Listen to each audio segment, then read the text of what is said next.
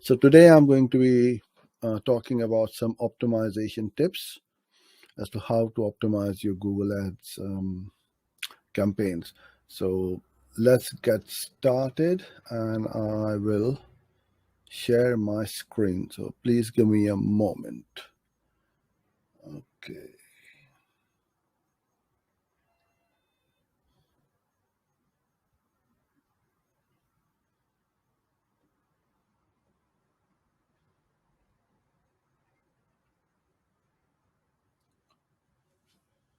Okay, I think you should be able to see my screen and it looks fine. So if you have any questions you would like me to answer, you can either send them to me during this call or by our YouTube channel or Facebook group or through one of my social media channels. And if you haven't liked, shared, and subscribed, please do so. I'll truly appreciate your little thumbs up. Okay, so let's get moving with the first tip, and these are not in any order or relevancy. It's just these are the things which you should be doing. There are far too many optimization tips, but I'm going to cover some of the most important ones, which I believe will help you the most to improve the performance of your account. Okay, so the first one is work on your account on a daily, weekly, monthly, or quarterly basis. What I see quite often is kind of like set and forget. People or business owners set up the campaigns and they don't go into the account because they get busy. They don't have time to manage or optimize the campaigns, and they end up burning the cash, wasting the money. There are certain things you need to do on a daily basis, certain things on a weekly, monthly, and quarterly. It's mostly dependent on how small or big an account is. So let's say if you're spending $500 a month, it's a fairly small account. In Google terms, I appreciate $500 is $500. But in Google terms, it's not a very big account. So the data is not going to come in, thick and fast.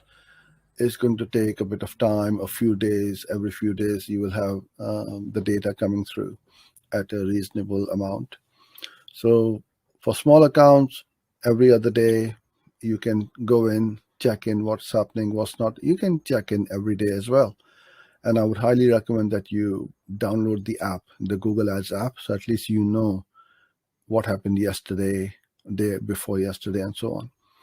But when you have got bigger accounts where you're spending thousands or tens or hundreds of thousands of dollars in your account on a monthly basis, then you need to work a lot more, because you can either waste a lot of money if you don't work properly, or you can make a lot of money if you do optimize properly. Have your task list. The way I would do this and go about doing this is set up a workflow. Use something like Basecamp, Trello, Asana, Monday.com. We as an agency now use ClickUp. We've moved from Asana to ClickUp now. And we have our recurring tasks, which needs to be done on a daily, weekly, monthly, or quarterly basis. And there will be some one-off tasks which you need to do. So things like setting up analytics, conversion tracking, extensions, and so on. But then you also need to check it on a regular basis as well. That makes sure that the tag, quite often something gets changed on the website and the tag is removed by the customer or by the webmaster. So you as a digital marketer, it's your job, your duty to keep an eye on these things. And you can only do this by regularly checking these things and make sure that like a daily task, a good one is the website is working or not. Although the ads will get disapproved if the website goes down.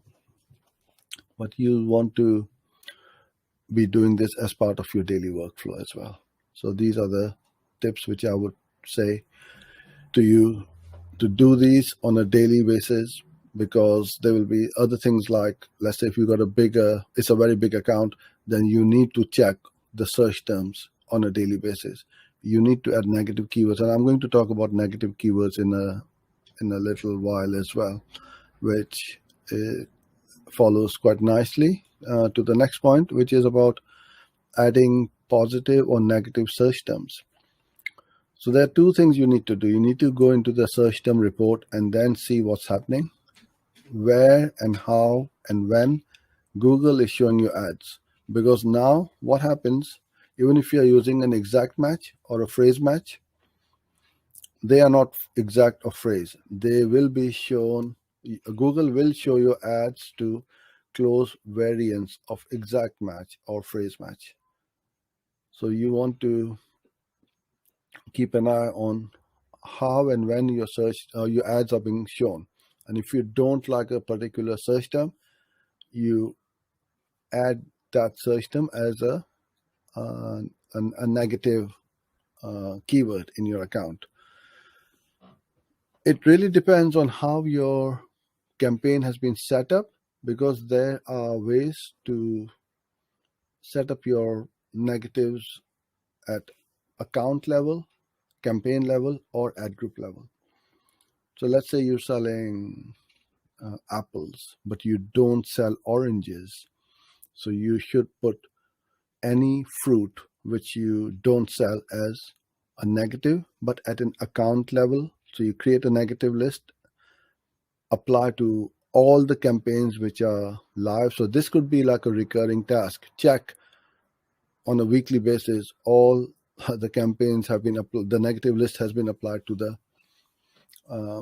the campaigns, because you will create new campaigns as you go along. So it won't be like you set up 5 campaigns and those are the only 5 campaigns which you are running.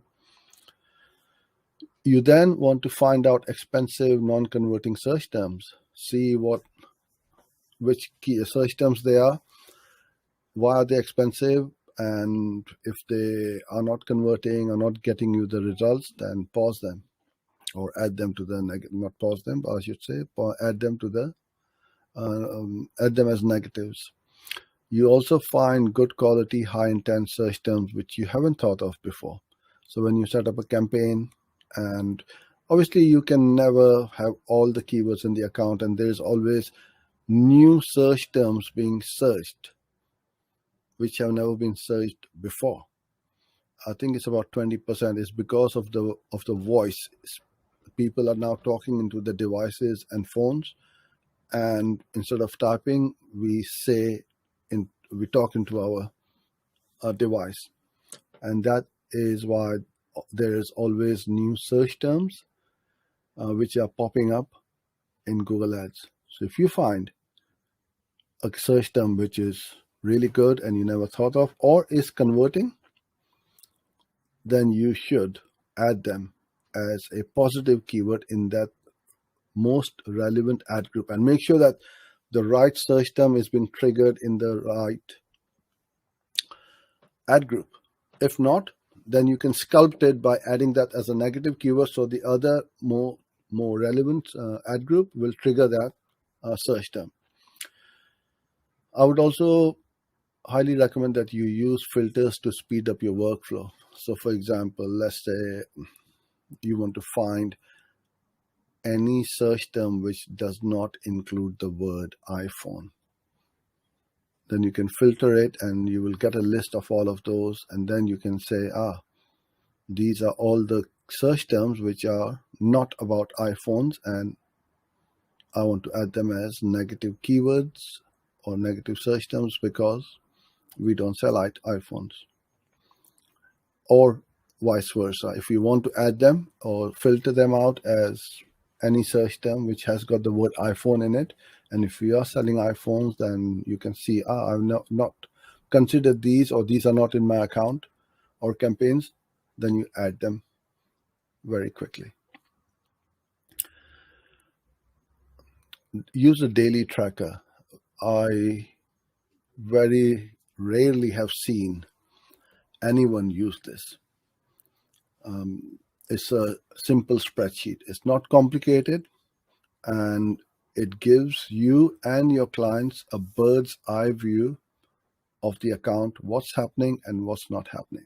So the way this works is you have all your most important metrics in one column. In this case, it's column A.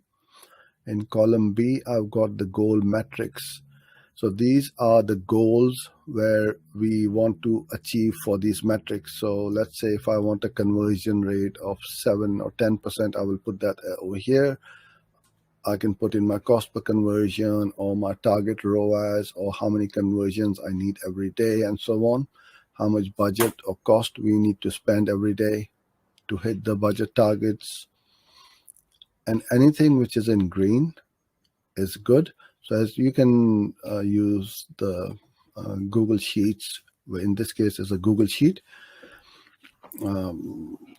It's I can't remember what is the exact name of this function, but if it is within the metrics, it goes green. If it is not in the metric, it goes red. So the more green boxes we have, we know that our campaign is performing, and we need less of the red ones. So if our cost per conversion is $7.50 and is above $7.50, it's going to start to go in red. If it is below $7.50, these boxes will turn into green. So that's a very quick and easy way to see the performance of your campaign. And also you can see from the first day to the end of the month how the campaign has been performing without having to go into Google Ads. Now, our clients love this tracker because it gives them a bird's eye view of the account on a daily basis. But somebody has to set up these accounts, set up these tracking sheet and enter the data manually. You can automate this as well, but we do it manually because then our account managers can see what's happening and what's not happening. Okay, then we have optimization by locations. So if you're running campaigns in different countries, don't put all of them in one. Segment them out, separate them out, allocate budget for each country. Now, budget allocation is important because a country like the USA is going to need more budget compared to, let's say, UK. UK is a very small country compared to the US or Australia or New Zealand or Canada. Well, Canada is bigger, obviously, but population-wise. So you need to segment those out because then each country will have its own budget, first of all, and each country you will get a different target CPA or target ROAS. You cannot have just one, oh, I want a lead for $10 in all these countries. It won't happen. In some countries, you might get it for $6. In some countries, you might get it for $20. So you need to find that right CPA or the ROAS so that you can bid accordingly. You don't want to be outranked by your competitors because you've thrown all these locations in one. Talking about US, for example, if you are running a US campaign, I would highly recommend that you segment out the locations by all the 51 different states. And you will again see that, a certain state is performing better. Florida is performing better than California or some other states. And then you can then segment those out as well. If you are limited by budget, you then segment them out, or you can allocate more budget of a more profitable location in a separate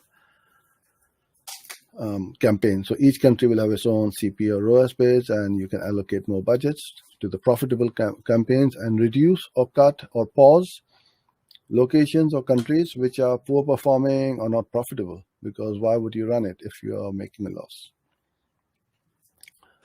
Day parting or ad schedule is another great way to see where the most profitable day of the week, time of the day is, and then you can schedule your ads. So if you want to run Monday to Fridays from 9 a.m. to 10 p.m. or on Saturday to Sunday, you want to switch it off, you don't run them. Or on a weekend, you can run from, let's say, 9 a.m. to 12 p.m. if you only run half day. Then you dive deeper into the demographics. And again, very few people go in there and see what's happening. So you got the age, you got the gender, you got household income is mostly in the US. It is being rolled out to other countries as well, but you may not find that household income is available in your country at the moment. So, for example,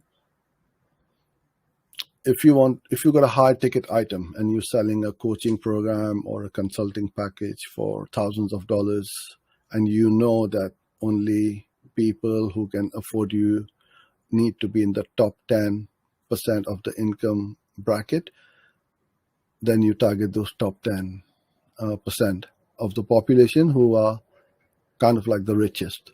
Yeah, so you can target by the demographics as well. When you're running search campaigns, you have the option to include or exclude the search partners. Now, search partner websites are those sites which are part of the Google search network. They don't say which ones, but websites like ask.com, these are the kind of websites which you will find on the search partners.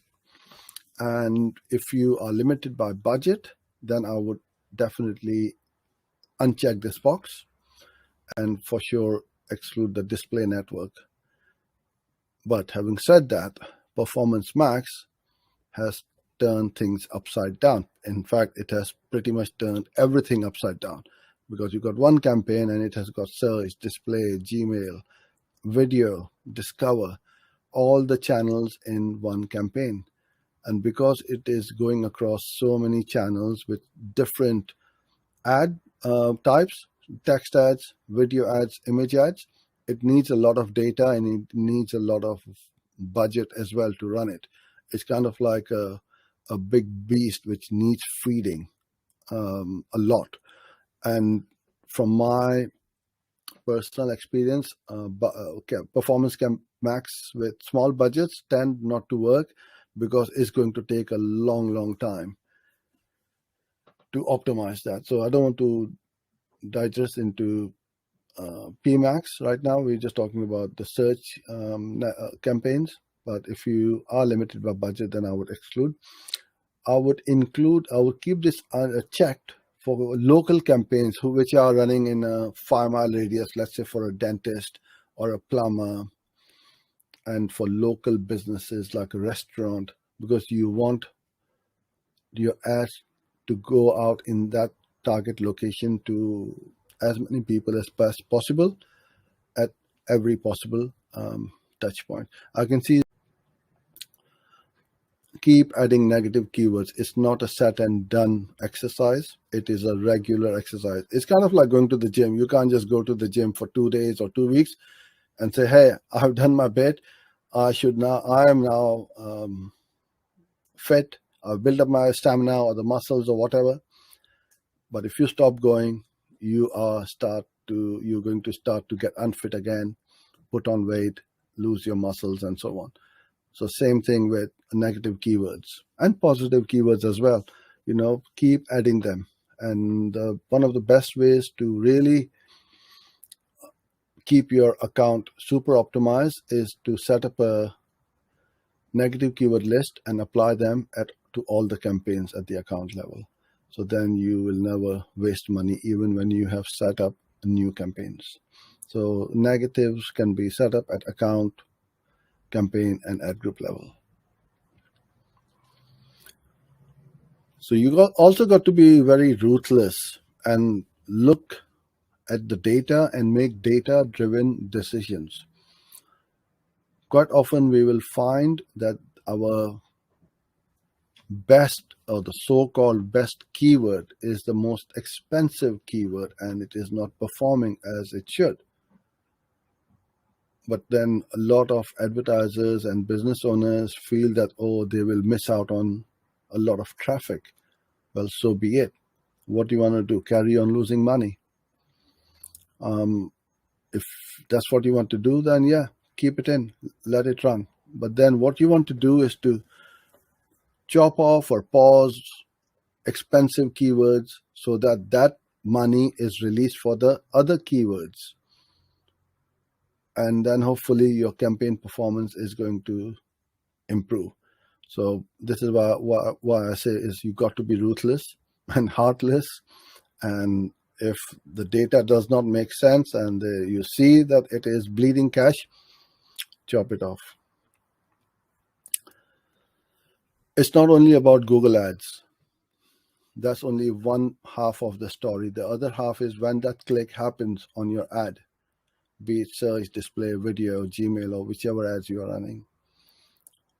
When the customer or the potential client or the website visitor lands on your website or your landing page, you got to make sure that you have an offer which is irresistible so that they get enticed. Oh my God, this is a great offer. I need to sign up and see what it is, be it a white sheet, a PDF or a cheat sheet, a video, top tips, or whatever you are offering as a lead magnet to get that, to turn that visitor into a lead. So it could be a free consultation as well. It could be whatever the call to action you may have. You got to make sure that your offer is really, really good. I had one campaign which I started last year. It started at around 8% conversion. Then I tweaked the headline. It then jumped to 12. Then I tweaked some images and some other bits and pieces on that page. Went to 19, 20%. And I just kept on tweaking and changing. And now it is on 27%. But it did not start at 27%. And this is what you need to do as well. Don't think that once you set up a landing page or an offer that is going to work right off the bat. No, it will not. It may, but then as you start to get data in, always A/B split test as well. A blue button against a red, orange button or a green button, or change the headline 1 to headline versus headline 2. Have one image on one page, another a video on the other, and you A/B split test. And when you're A/B split testing landing pages, don't make too many changes because then you won't know what change made the difference. So always change one thing at a time. So if you're split testing 2 pages, have headline 1 versus headline 2, or image 1 versus image 2, video 1 versus video 2, and so on. And this is how you will be able to see what's working and what's not working. So you just can't blame Google Ads. Oh, well, my campaign is not performing very well and I'm losing cash or wasting money. Use as many extensions as possible. You've got so many extensions in Google Ads, site links, structure snippet, price, location, call outs. All of these extensions needs a little bit of work at the front end. Once it's done, you don't need to keep on changing. Yes, you can change it at any time you like, but you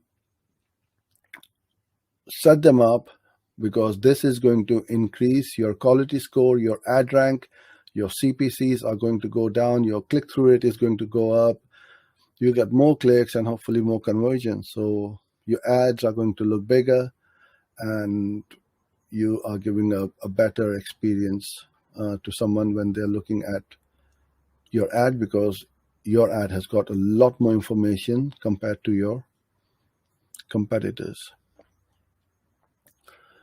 So Google Ads keeps changing. Before it used to be custom audience. Now they call it custom segments, but technically speaking, it's the same thing. what this does is it allows you to target a particular audience. So if you, let's say in my case, I want to target people who are running Google Ads, of course. So I will use keywords like learn Google Ads, Google Ads training, Google Ads courses, Google Ads management.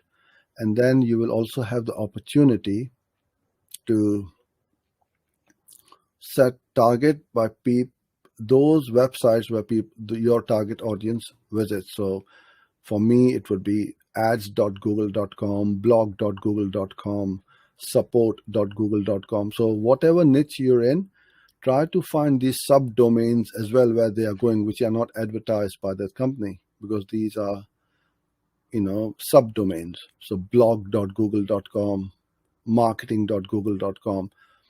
I know my audiences are visiting those subdomains, and I can target those. Also, put the apps in. If Google Ads has got an app, and I know that I want to target those people who download that app, I can put that in my custom segment. So I can target by keywords, by URLs, and by the apps those people use.